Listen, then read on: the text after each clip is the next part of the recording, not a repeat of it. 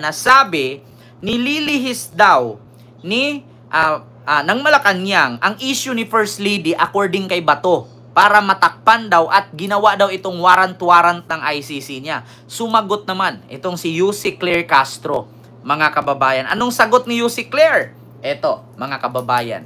Alam nyo, sa totoo lang, Ma'am Lily Tonini, hello po, at kay Ma'am Ili de los Santos.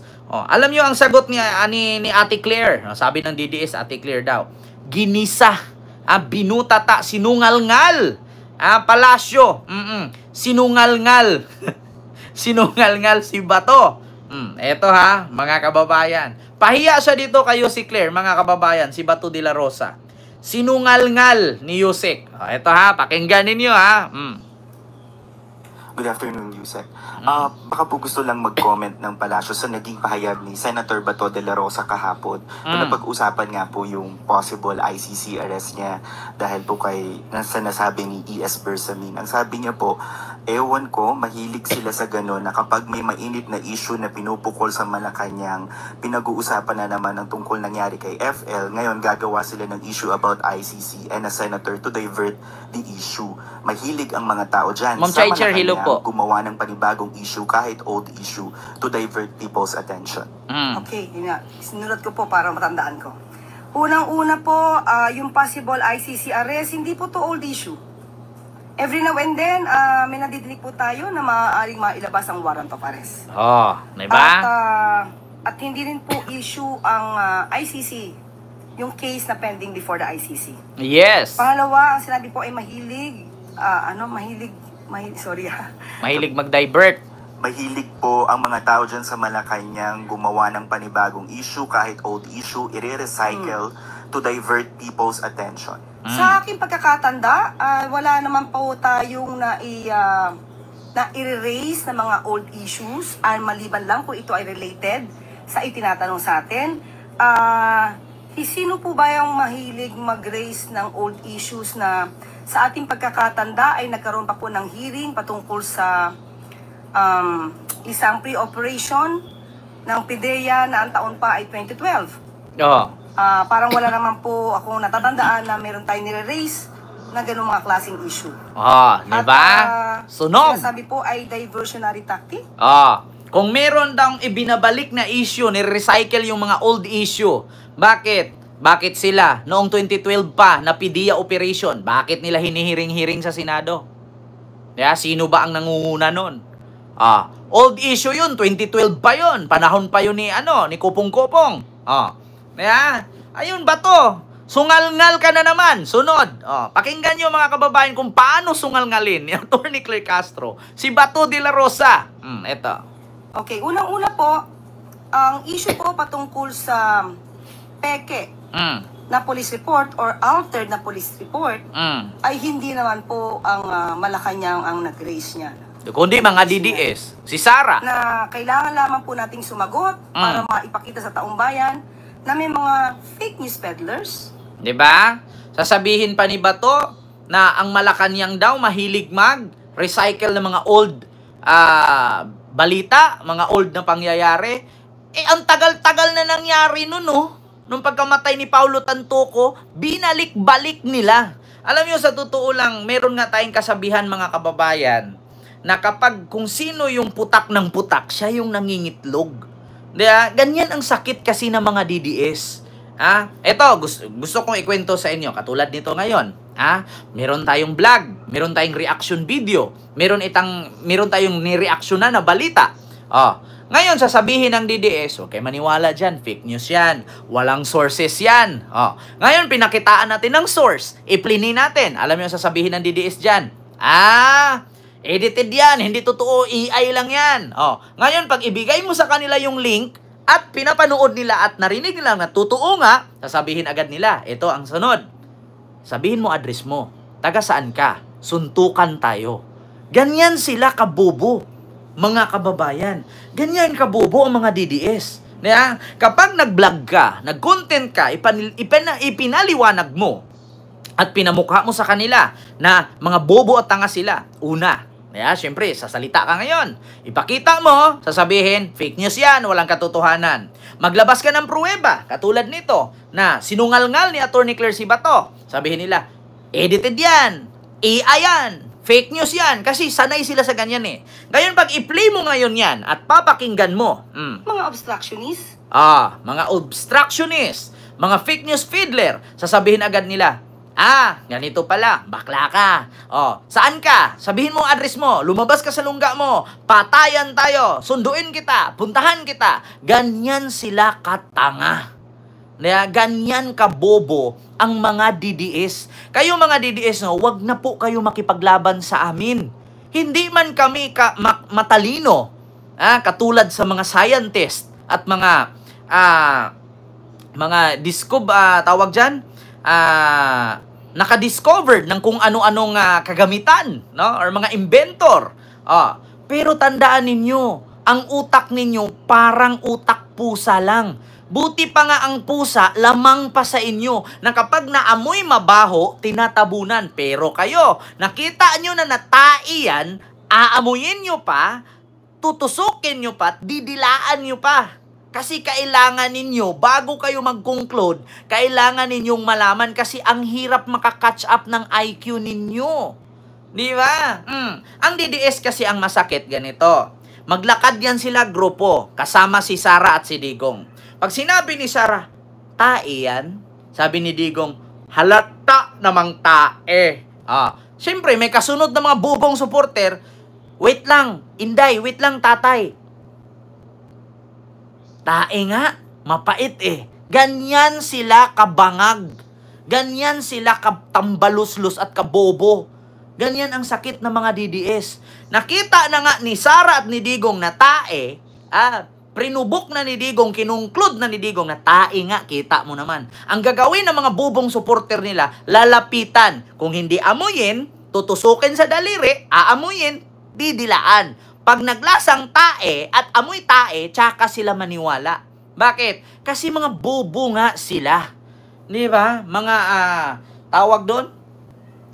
Mga fake news fiddler nga. Ganyan po kasakit ang mga DDS. Ganyan yung sakit nila. Alam nyo, buti nga may DDS pang nabuhay eh. Alam nyo mga DDS, kung meron kayong mga anak ngayong minor de edad, lalo pag babae, ipalaygit nyo na. Putol hindi yung tali. Bakit? Kasi pag nabuntis yan, ibobo pa naman kayong mga magulang na DDS. Pag nabuntis yan, dadami kayong bobo. Ngayon, pag tumanda kayo, yung anak ninyo na buntis, mga anak, bobo pa rin ang anak, tapos wala kayong yaman kasi mga mahihirap nga kayo mga DDS, kayo mga inutil kayo. Ngayon, ang gagawin ninyo, maliit pa lang, kung hindi ninyo sakalin yan or apakan, ipalaygit nyo yan. Kasi pag namatay kayo, wala naman kayong kayamanan na ipamana sa anak ninyo, kundi kabubuhan, marami pa rin kayong maiiwan dyan na kabubuhan. Walang future ang anak ninyo. Diba? Kayong mga DDS, sa totoo lang, kung may mga anak kayo ngayon, maliliit pa lang, sakalin nyo na para masupukit. Tambakan nyo ng kumot, ibalot nyo sa unan, apak-apakan nyo. Bakit? Kasi pag lumaki yan, tapos lalaking bobo, tapos kayong mga magulang nila, mamamatayang bobo, ano ipapamana ninyo? Yung kabubuhan? Walang future ang Pilipinas. Kayo yung mga tao na naniniwala na ang tao'y mula sa unggoy. Yan yung mga DDS. Kaya pagpatuloy natin, mga kababayan. Mga propagandist. Mga propagandist. Na kwento na kinakailangan pa mameke ng papel. Tama. Parang si Sara. Ang unang ginang, ang Pangulo, at ang administrasyon. Tama. Sa makatuwid, kung ito po ay sinabi na po ng Beverly Hills Police Department na altered yung ipinakita at na-post ni Mr. Tiglao na police report. Yung pinakalat ni Sara. Sumasakay din sa issue ng fake police report. Diba? Kasi lahat sila sumasakay. Katulad kay Baduy. Sabi niya, kaya daw binura ng GMA News kasi takot daw ang GMA na madamay si Anit Gozon kasi nandoon, kasama nag-party-party. Tapos sabi naman ni Bato, kaya daw dinadivert at pinunta daw sa kanyang warrant-warrant sa ICC para daw mapagtakpan si Lisa. Ito namang si Sara, kasama daw si Lisa doon sa nakita ng investigasyon ng Police Report LA, may mga kukin daw nagkalat sa sahig nung namatay si Paulo Tantoco. Lahat sila. Buti nga lang sa inyo na sama-sama kayo mga DDS. Bakit? Mga fake news kayo. Mga tanga-tanga kayo. Mga inutil, hampas lupa, uto-uto, mga pangit at mga hampas lupang mahihirap. Kayo lang yung bukod tanging Pilipino na kapag sinabing tae, kailangan tusukin patdilaan para malamang tae. Ganyan sila, Ma'am Dalia Rosario, Sir Jewel Sijet sa Sirisa Force. Ganyan yung mga DDS. Ngayon, alam nyo na. Kaya kapag may kasabayan kayo, tapos isabi nyo, tae ba yan? Pag nilapitan, tinusok at inamoy, ibig sabihin DDS yan. Saan ba kayo nakakita ng tae? Tapos, daan-daanan lang. Maliban kung ginto yan, talagang wala kang makita niyan. Sabi mo, pera ba yan? Pag pera yan, hindi mo makita. Pero pag sabi, tae ba yan? Pag DDS, pag nakasalubong mo, tutusukin pa yan, aamuyin pa yan. Bago sila maniwala na tae. Kasi bobo nga sila. Ma'am Josephine Paramil, maraming salamat sa yung $5 super sticker. Thank you so much. Ganyan ka bobo ang mga DDS. Ito pa. Tandaan po natin. Ang content na ito sa nasabing fake police report ay una po natin nadinig. Kundi po tayo nagkakamali ay sa Vice Presidente. Di ba? Bago nangyari kay Tiglaw, yung pekeng altered na balita ng police report ng Beverly Hills sa LA, nauna na po nating narinig yan kay Sara Duterte. Mismo sa bunganga ni Yussi Claire Castro yan, Eto, Tandaan po natin. Ang content na ito sa nasabing fake police report ay una po natin nadinig. Kundi po tayo nagkakamali ay sa Vice Presidente. Yes! Kaya po natin nasabi noon na siya pala ang source ng fake news. At ngayon napatunayan po natin na altered yung police report na ito. So si Sara, Kailangan pa ang kaya pasimuno. Ni Senator Bato de la Rosa. Siya po ay napaso na noon sa pakalat niyang video AI. na AI generated pala. Sunog so, na naman. Bilang senador, sana po ay maging mapanuri din po siya sa mga... Diba? Bago nalaman ang post ni Tiglaw na altered, una nang nagsalita si Sara sa fake news na yan. Tapos, sabi nga ni Yussi Claire ngayon, nasunog na din po si Bato sa pinakalat niyang AI video. Ngayon, nasusunog, hindi lang nasunog. Natutong pa. Tutong na. Nakalbo na nga eh. Nasunog. Ilang beses ka na Bato naging sablay. Yung lupang hinirang, sabi mo, bayang magiliw. Yun pa lang. Ikaw yung isa sa pinaka-highest, pangatlo sa pinaka-highest ranking official. Pamagat ng lupang hinirang, bayang magiliw. Putang ina ninyong lahat, mga DDS. Pumapalakpak mga DDS nun. Bakit? Sabihin ba naman, itong mga Pilipino na kumampi sa ICC, pakantahin natin 1,000 times bayang magiliw. Putang ina, yung bunso kong kapatid na palo ni mama sa kamay. Bakit? Kuya, bayang magiliw daw, sabi ni Bato. Putang ina, Bato. Grade 1, alam ang pamagat niyan, pero ikaw, nagkakintab-kintab na yung noo mo, nagkakalbo-kalbo ka. Wala ka pa naman sigurong Alzheimer. Wala ka pa rin naman sigurong, tawag ito, pagkakaulyanin. Tapos, lupang hinirang, bayang magiliw title. Putang, kininam.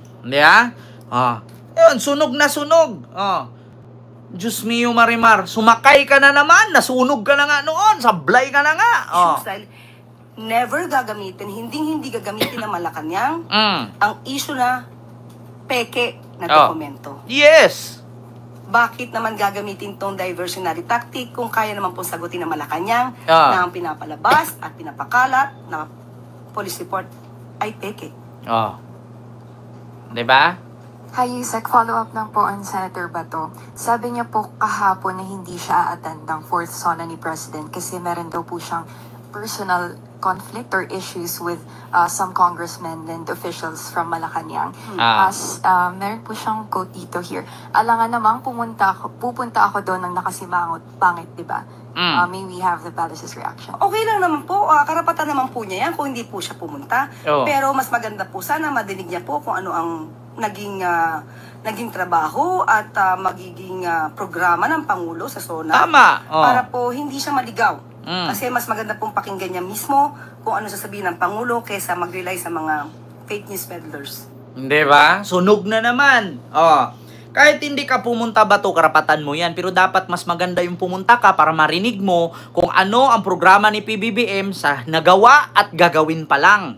Yeah? Para hindi ka magkatanong-tanong na naman ngayon, fake news yan, hindi totoo yan, hindi na-divert nila yan, ganon-ganon. Di ba? Lagi, alam nyo sa totoo lang, Bato de la Rosa, binutata ni Claire Castro. Yeah? Bato de la Rosa, sinungal-ngal na, binutata na ni UC Claire Castro. Tanga pa rin. Yeah? Binutata ka na. Sinungal-ngal ka na. Sunog na sunog ka nga. Tanga ka pa rin. Yeah? Yun, mga kababayan. Sunod, mga kababayan. Dito tayo, Sara Duterte.